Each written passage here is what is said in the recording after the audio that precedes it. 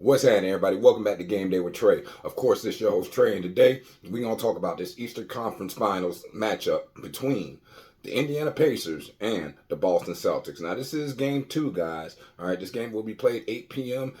East Coast time on Thursday night. The line is currently at Boston -9. Over-under is at 224.5. All right, so let's talk about what just happened the other night, guys. All right, so Boston Celtics ended up winning, okay, but they didn't cover. All right, it went all the way into overtime. It was a hard fought battle the whole game, guys. Like Boston came out and had a 12-0 run in the very beginning of the game, man.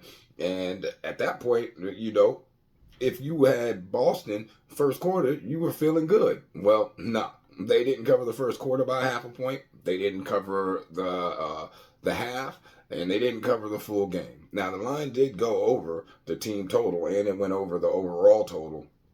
And the Pacers were good with the 10 points, guys. All right, so the final score was 133 to 128. First quarter, Pacers came out and scored 31 points. Boston scored 34. Then the Pacers came out and scored 33, and Boston scored 30. All right, so that tied it up at half. Then in the third quarter, Boston scored 30. Pacers scored 29. The fourth quarter, Boston only scored 23, and the Pacers scored 24. So that's how it ended up going into overtime. And then in overtime, the Pacers scored 11, and Boston scored 16 total points. And I got them to a total of 133 to 128, way over the total. Both teams went over their team totals as well. Siakam had 24 points. Halliburton had 25 points on 8 of 18 shooting. He was 6 for 14 from 3. Miles Turner also went off. He had 23 points. Seems like they might not have an answer for him right now. And Obi Toppin had 15 points. And we can't forget about T.J. McConnell. He also chipped in with 13 points.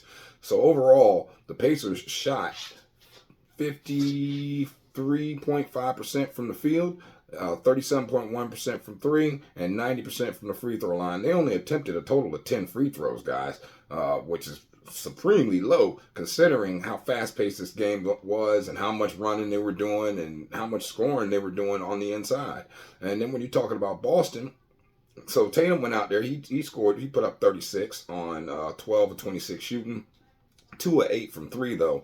But 10 from 12 for 12 from the free throw line. He also chipped in 12 boards, guys. Drew Holiday, he came out, gave you 28 points, shooting 10 of 16, 4 from 8 from 3. He made all 4 of his free throws. And then can't forget about Jaylen Brown with that clutch 3 at the last second in the corner to send it into overtime, guys. He scored 26 points. He shot 10 of 20 from the field. He was 1 of 4 from 3, and the only 3 he made was that 3 that they needed, that clutch 3 they needed, guys. You also had Pritchard put in 8 points off the bench, but outside of that, really it wasn't anything coming off the bench for the Boston Celtics, man, and that could be kind of troubling when you look at the two teams and how these two teams' benches have played. Isaiah Jackson also had some pretty decent defense out there. I remember one specific block he had on Jason Tatum that was, I was not expecting him to be able to lock in on Jason Tatum like that. So, as I was saying, the Pacers shot 53.5% from the field. Boston shot 47.5% from the field. So Pacers had them there. Pacers shot better from 3. They shot 37.1% from 3. Boston only shot 33.3% from 3. But the Pacers had 22 total turnovers compared to Boston's 15. And if you remember correctly, those turnovers actually killed them in the end. They had that game won. They gave that game away, dribbling balls off their feet. Can't throw the ball in on inbounds play. Heck, they even got with him on the rebounds, man.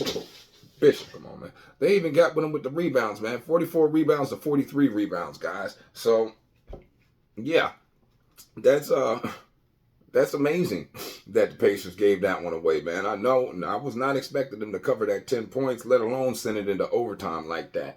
I did think that Boston was going to be able to score on them. I didn't think they were going to be able to score on Boston like that. Now, Maybe I judged it wrong because of who Boston had played. They played Cleveland. They played Miami. You know what I mean? Like two teams who really don't have an offense. They were very banged up coming into the series. And yeah, so I guess I looked at that part wrong. But I still did go ahead and get me some W's out there, guys, as you already saw over there on the side. But anyway, so when you're looking at this game and you're looking at these two teams, all right, we already know the injury report. Nothing's changed. Benedict Mathurin, we already knew he was out. Kristaps Porzingis, he's actually probable dealing with that right calf strain, but it is expected to be on the court for Game 4, all right, in the Eastern Conference Finals against the Pacers on Monday. So he's probable, and he's expected to play on Monday. Probably not going to play on Thursday, guys. And Xavier Tillman's questionable. Tillman missed the last game because of personal reasons, and it's unclear if he'll be able to play on Thursday against the Pacers in Game 2 in the Eastern Conference Finals, guys. All right, so when you're looking at these two teams so far this season, they have matched up on the court a total of 6 times, and out of the 6 times that they have played this season, Boston's won 4, Pacers won 2.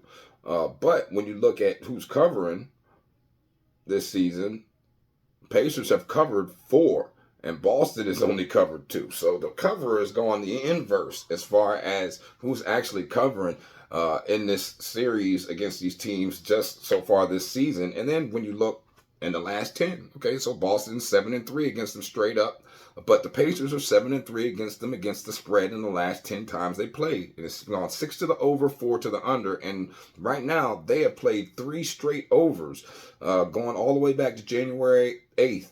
Okay, between these two teams. Yeah, there's with the lowest over under being at 223 that we just saw in the last game. Prior to that, it was like 249, 246 and a half, 250 and a half, 245 and a half, 234. You know, so they're used to or accustomed to having some pretty high totals for set for their over unders. And like I said, they're coming off of 3 straight overs. And then when you look at how these two teams were playing so far just in this playoffs, right? In the last 10 games, the Pacers are 5-5. Okay, they're 6-4 against the spread and 6 to the over, 4 to the under. And everybody remember that is them playing against the Knicks, Milwaukee, and now Boston. Okay, they've played 3 straight overs in the last 3 games they played.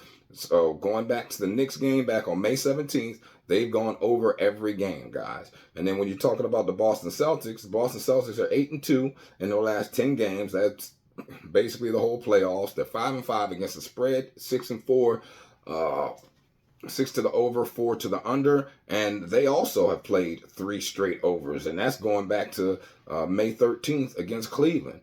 All right, so once again, these two teams there are some trends that you can see in this matchup, guys. But let's go ahead and let's keep going, right? So when you're looking at how these two teams have been situationally, now we all know Boston at home is 42-6 on the season, and Indiana on the road is 22-26 as an away team. Now, as a home favorite on the season, Boston, of course, 42-6, and as an away underdog, Indiana is 13-18. All right, on the season straight up. Okay, and with equal rest, they're 40-24. But whereas Boston's only 32-14.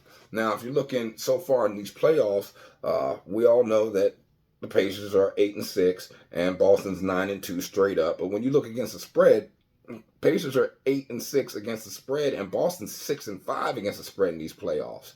All right, and when you're talking about these teams with equal rest so far this season, whenever they have equal rest, Boston doesn't look good. Boston's 21-3 against the spread, whereas the Pacers are 35-26-3 against the spread. Okay, and then when you're looking at them as a away underdog, they're 17-13-1 against the spread, whereas as home favorites, Boston's 25-21-2. All right, so slight lean to the Pacers in this situation, guys, especially knowing how Boston did look against Miami.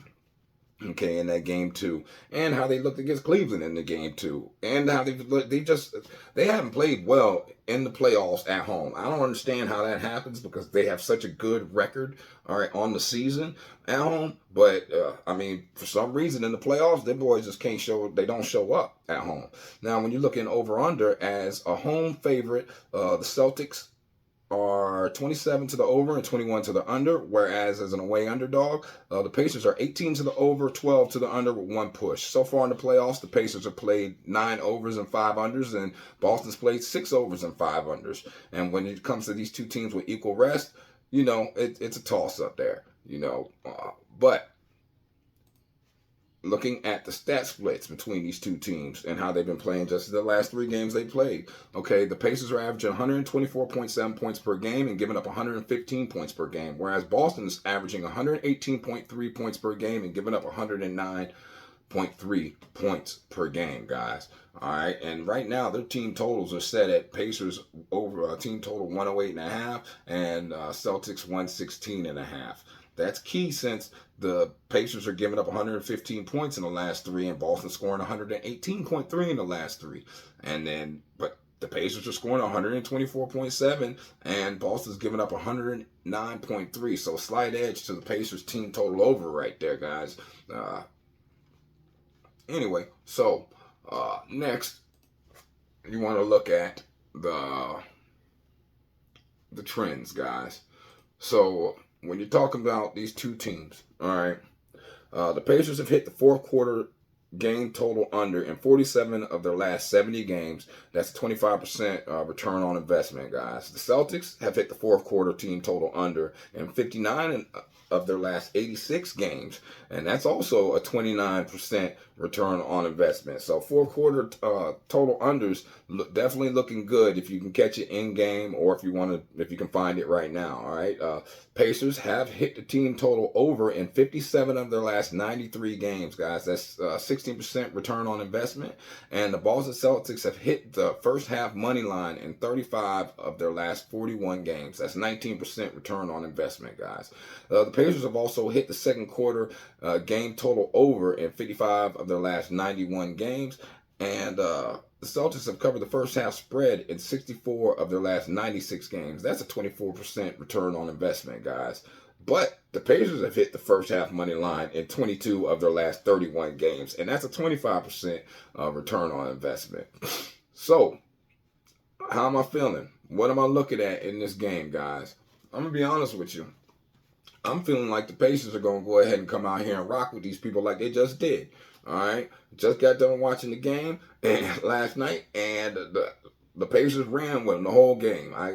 Shout out to the Pacers because I was not expecting that to happen, especially historically. Teams that are coming off of Game 7s and going on the road as underdogs, they typically don't cover. And the Pacers went out there and proved everybody wrong. They did what they were supposed to do. So because of that, and because of the fact I know how inconsistent Boston is at home, all right, and they will let anybody run with them, I'm taking Boston, not Boston. I'm taking the Pacers plus the 9.